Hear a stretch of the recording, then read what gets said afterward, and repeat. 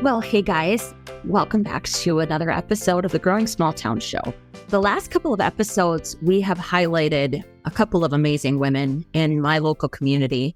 And gosh, it's been fun to see the reaction to both our chamber director, Kasha, and our newly minted relocation specialist, TJ. I do encourage you to go back just these last two episodes and listen to them if you're in a small town and you're looking for any creativity related to how we both recruit and retain and create vibrant places. I am so fortunate to live in a town and also to work in a building where those two lovely ladies work alongside me every day. It's just been awesome to see. And I guess today, this is one of those things. I do solo casts every now and again. They tend to feel honest, if I'm being honest, kind of self-absorbed. But that's not the intention of this episode today. And it's never the intention of a solo cast. I share things on a solo cast when they are literally keeping me up at night, or it has been like percolating in the back of my mind for some time. And this one's a doozy. I actually I've written an entire blog post. And so basically I'm giving you a couple of options. Some people like to listen. I know as I hear from you listeners, like honestly, all across the country, which is just, again, I never stop being kind of in awe of that. It's so cool. It's just the raddest. By the way, rad is a word that I'd like to continue to try and bring back. My kids are not having it. Let's make it a thing. Shall we? Like, I kind of love it.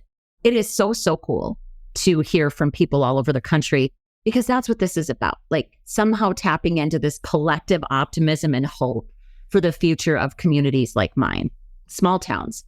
There is so much to appreciate and to love and to, honestly, just like that, the richness sometimes of what I feel and experience here. There's nothing like it. And yet today, the topic that we're going to dive into is about politics. And I grew up here. I'm from Oaks. My little town is in North Dakota. We vote one way in this state. And granted that, so by the way, like what I'm going to get into here, that doesn't mean that everybody in our state has all the exact same ideas. That's never the truth. That's never the case. And that's one of the things we're going to talk about. But, as I have come back to Oaks, we've been back now in my hometown for almost 15 years. With that, actually, it's been a little over 15 years. It's crazy. Time goes by so fast. And as I've gotten into this work with Growing Small Towns, and I've traveled a bit more speaking, and I've met different people, and I've talked to different people in different communities, there has been an opening up of my mind, of my heart, and of just the way I see the world. And I'm not going to lie, friends, that has been confronting. It has been challenging. There's something so magnetic and alluring for me about having those experiences, collecting those experiences, and collecting the humans that deliver that to me. It has been such a cool ride. I can't say it enough. Like the people I have met are game-changing people. Some of them now are like, they're like ride or dies. It's crazy. It's absolutely crazy.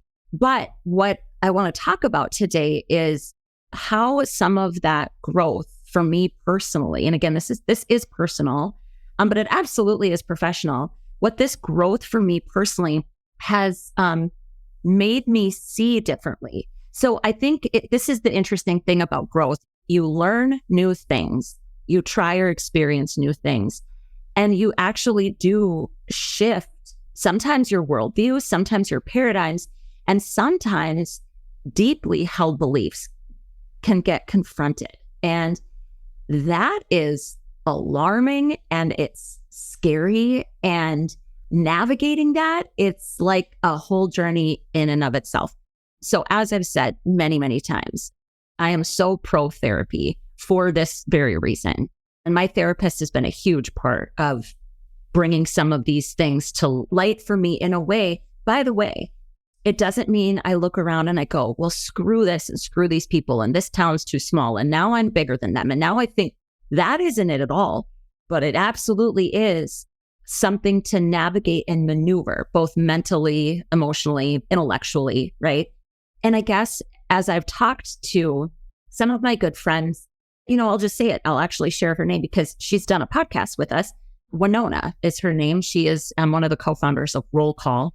We will go ahead and right off the top of my head, because I didn't even know I was going to say her name until I started talking to you, we'll make sure that we flag it in the show notes.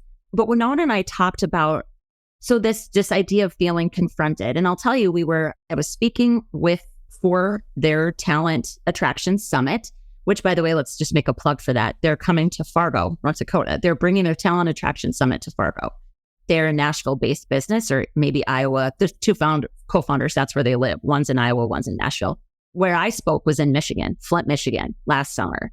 That was one of those experiences that did this kind of opening for me. And we were talking about just how hard it can actually be to maybe think and feel differently or have different ideas than a good majority of the people that you do life with. And the question was, so what a lot of people do, I think, is they leave. Is they go, okay, this feels untenable. This feels too hard. I don't think I can stay. I don't think this environment is good for me. Some of those things are legitimate. And I'm not demonizing the people that leave. I am what we continued to say, Winona and I were having this beautiful conversation about how challenging this is. The question is, if all the people that leave the community like I do, right? I'm just an example. I'm just one person.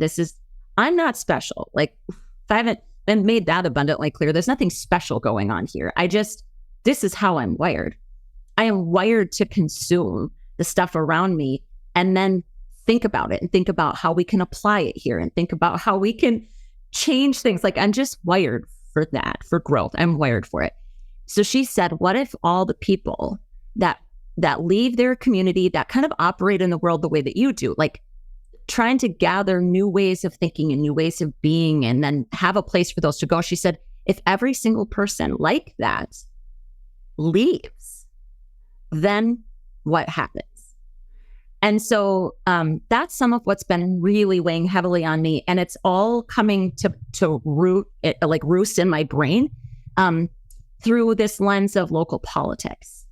And so today I want to share with you a little bit about what I have seen playing out locally in my community. And then ideally broaden those ideas out a little bit to just think about how we participate in even the national scope of politics, because I don't know if you guys knew this, but we're on the heels of another election.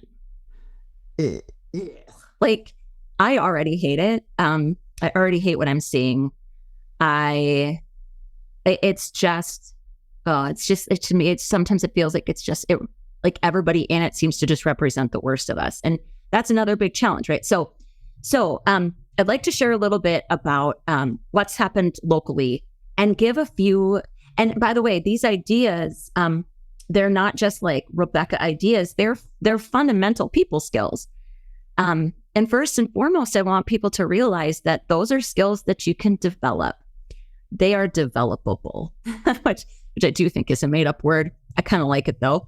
And so I guess, as I'm talking to you, dear listener, right? You may are a brand new listener. You may have listened to the show for the 4 years we've been running it. I'm talking to you because if you're listening to this, you're one of the people that can actually shift this. With all the things that we try to offer to create change, so often the people that need it the most don't get it or they don't access it. But this isn't about changing other people. This is starting with ourselves. So, okay, so that was a lot. That was a heck of a lead in. And I don't script out my lead ins. So sorry, I got very rambly, but this is very personal to me as well. So as I record this, by the time you get to listen to this, the vote will be over. But we are 2 days away from a school bond referendum in my community. It's just shy of $15 million. It is all for critical infrastructure, like HVAC, like the HVAC system in our school, okay, our school facility, seriously, least sexy things imaginable. And you would think that no one would argue about that. But yeah, that's not how this goes. And so I'm not really interested today in talking about, like the ramifications of whether it passes or not. Instead, I really want to focus on what I believe might be the potential long-term impacts of unhealthy public discourse. And I'm going to call it unhealthy. And again, I can't force this perspective on people. But you know what I did? I started an organization called Growing Small Towns with the firm belief that when people get better, everything gets better. And so I'm going to continue to beat that drum probably until I'm dead.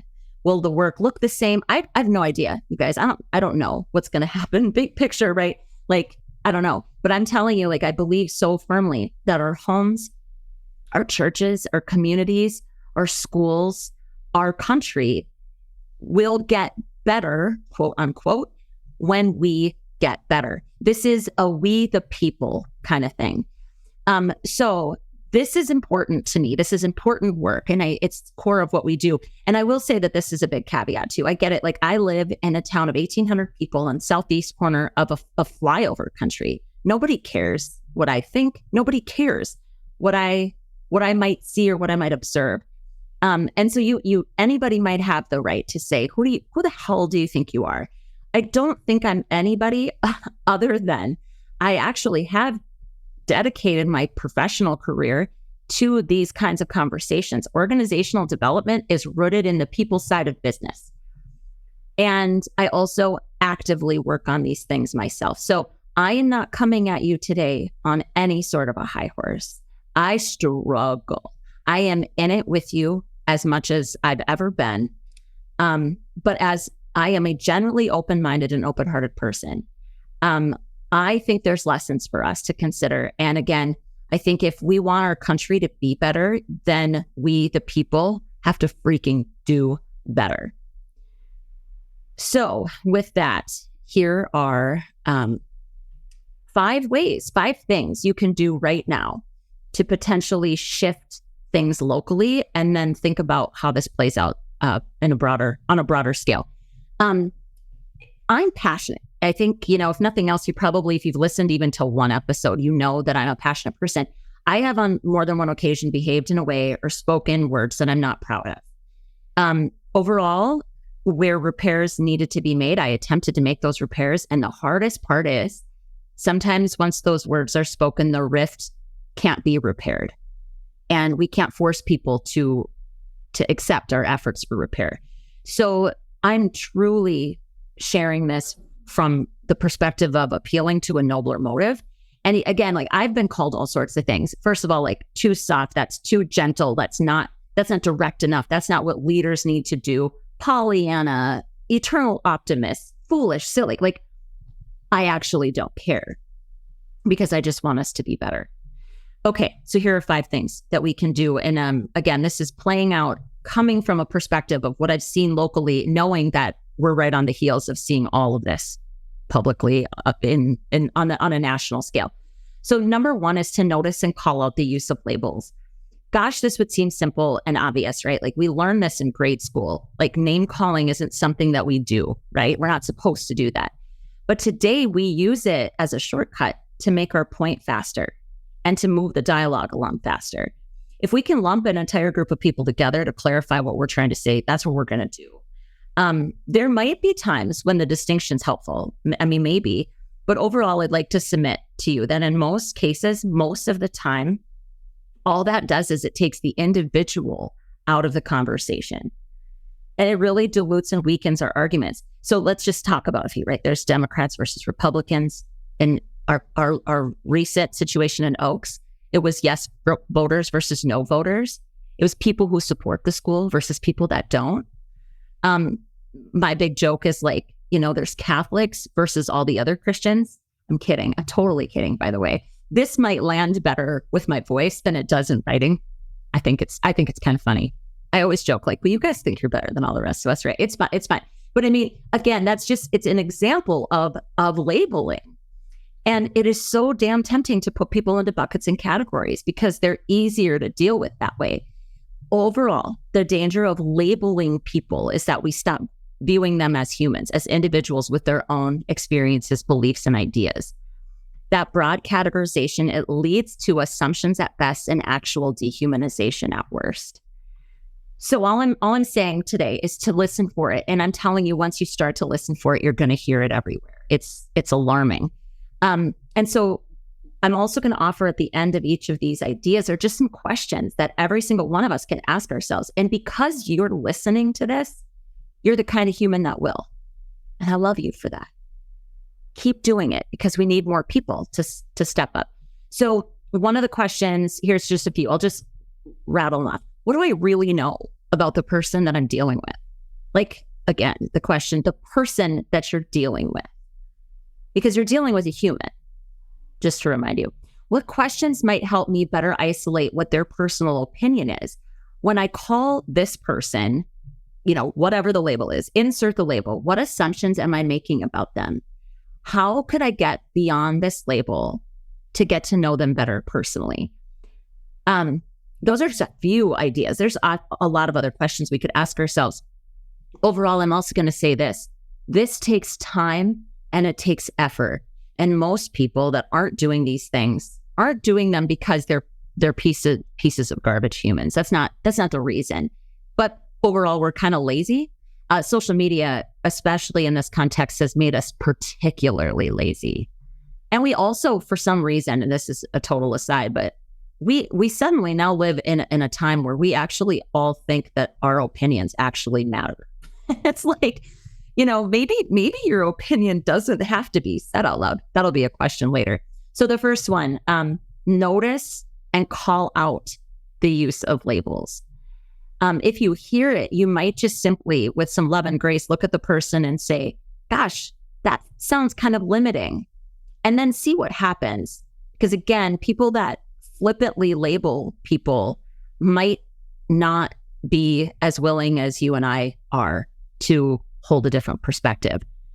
Again, if we just opt out of these conversations altogether, then what happens, right? Okay, number 2, employ the golden rule. I can't even believe I have to say this out loud. This one, similar to we don't name call. It's like what we learned in kindergarten. Do unto others as you would have done unto you is, most of us got a hold of this pretty early in our lives. And I just say, maybe in small towns, again, you'd have to know if they have children, but I feel like maybe a better frame for people is to say, well, do unto others as you would have done to your children. Because for some reason, people seem to grasp that faster. And I'm just going to say it again, as a person who pays money, real money for therapy. I think that might be a bigger issue in itself, because I do think that the general lack of self-esteem and self-love that leads to a healthy inner life and overall emotional and intellectual well-being, I think this is a thing, friends. But that's another topic for another time. I'll just keep saying I'm pro-therapy, and I think more people would benefit from it. So overall, if imagining your kid standing in front of you is the thing that gives you pause or helps you take a deep breath before just unloading on someone like a jerk, then do that. So here's some questions. What do you actually know about the person standing in front of you? What do you know about what they might be going through? What's the kindest and most gracious way to deliver your message? What would happen if you didn't say what was on your mind at all? Kind of goes back to the whole, does your opinion add value to this conversation, or is it just me? Absolutely a question we could ask ourselves. And finally, with all of these, it's just, what assumptions am I making? What assumptions are driving my point of view? Okay, number 3.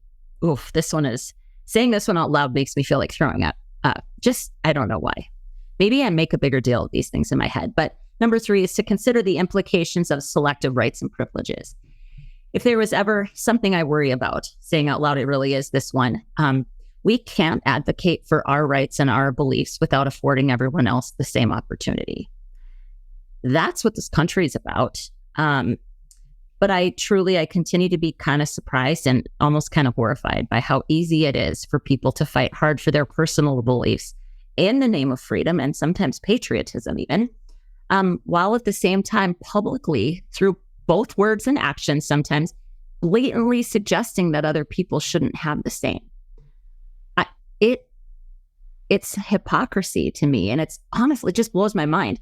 That's all I'm going to say about this, because this is a really nuanced topic. There's not enough time to get into to do it justice, really.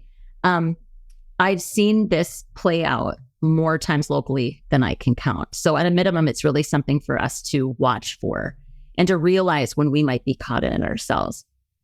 Some questions you can ask are just, what would happen if what I'm asking for me were given to everybody else? What are the things I'm saying out loud that suggest that only certain people should get what I'm advocating for? It's kind of that, what are the beliefs that I'm holding that are keeping something out of the hands of someone else? Those are deeply confronting feelings. But again, it's really making sure that as we move through as part of like the world as a collective public, that we're actually doing our best. Number 4 is beware the echo chambers. I really saw this play out with our local school board vote.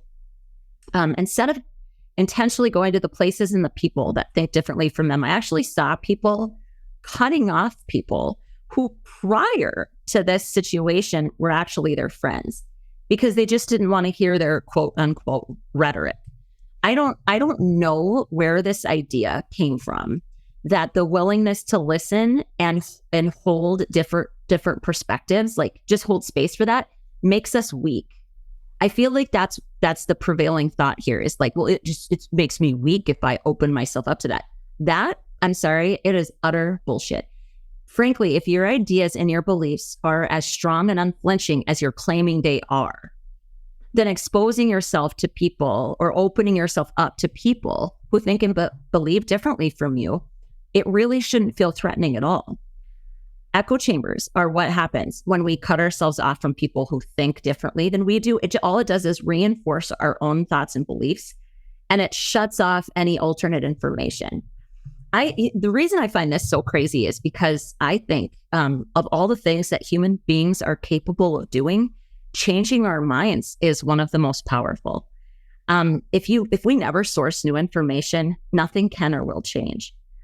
So here's a set of questions. Where do you get your information from? Do you put yourself in the way of people who live, think, and behave differently from you? What might you gain from broadening your perspective a bit? Okay, number 5 is simply this: make repairs.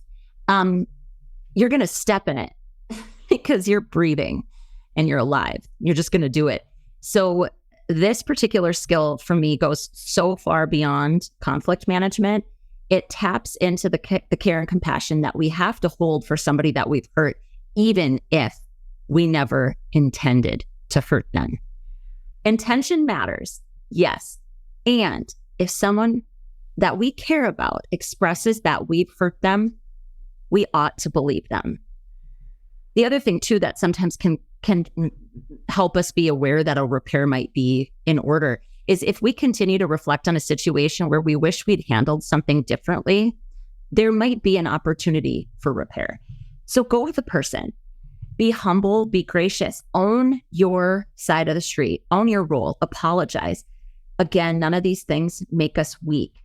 It demonstrates an ability to put other people ahead of ourselves. And that's the literal definition of a servant's heart. Most people at face value wouldn't be like, who wants a servant's heart? That sounds gross. Most of us don't operate like that. So here's a few questions. What situations exist that you could possibly repair? What role did you play in the last conflict that you encountered? And how might you go about owning that with the person or people that were involved? Who needs your grace today? And how might you show it to them? So this was fast. I dive in a little deeper in the blog post, but I wanted to give you a means of listening to this if you prefer audio. So again, I'm going to remind you these 5 ideas for how to put the people back into politics, understanding that everything that happens in public is politics. That's what I'm talking about. Number 1 is to notice and call out the use of labels. Number 2 is to employ the golden rule. Number 3 is to consider the implications of selective rights and privileges. Number 4, beware the echo chambers. And number 5, make repairs. Again, I know that the people, you might be listening to this and you might be thinking, oh God, who needs to hear this? And man, there might be a few people like that I had in mind as I wrote and published or produced this episode for you. But if you've listened to this whole thing, you got to this point with me, I know that you care. And if those of us that care and operate with some empathy don't step up now, the future of our communities actually is at stake. There's this concept that I've talked about. It's just like slowly turning up the heat, so to speak, one by one with every interaction, using these fundamental people skills. It will help us slowly shift our communities into the kind of place that we want to live in, creating ultimately the kind of world we want to live in. And then, before I bid you farewell today, there's also just this consideration of how we get quote unquote good people to run for public office. If we want that to happen, then we, the public, have to be the kind of constituents worthy of having good people represent us. There is an actual threat locally. If you run for city council or you run for school board in a community like mine, there is an actual threat to your livelihood, especially if you are a local business owner, because you end up in the middle of challenging topics. You wrestle with things that are highly heated a lot of times. And this to me is about the suckiest thing about this whole situation, politics in general. The public, we're unforgiving, we're unrelenting, and we have the memory of an elephant. We never forget anything. We never forget that thing that this one mayor did 5 years ago or 20 or 30 years ago, or that one time, it's just, they're humans. And so I have a terrifying thought, and here's what it is. It's that if we continue to just kind of behave in this way, mostly unchecked, because here's the thing too, social media makes it absolutely worse. And I see this playing out locally with people that you absolutely run into again, right? You see, like, you are a complete, like the biggest jerkwad you could possibly be to your neighbor on social media. And then you have to see them again. In our little town, you're running into them at the grocery store, at the gas pumps. You're seeing them at the local sporting event. And if we are doing that here, once we start dealing with people completely separate or removed from us, the slippery slope to treating people like shit just gets worse and worse. It's steep, it's fast, and before you know it, you're at the bottom of it. It is terrifying. So if we continue to operate in this way, not tapping back into our collective humanity, the only people that'll be left to run for public positions are going to be people without a shred of empathy. They're literally the people who walk around saying and meaning, well, I don't give a shit what people say about me.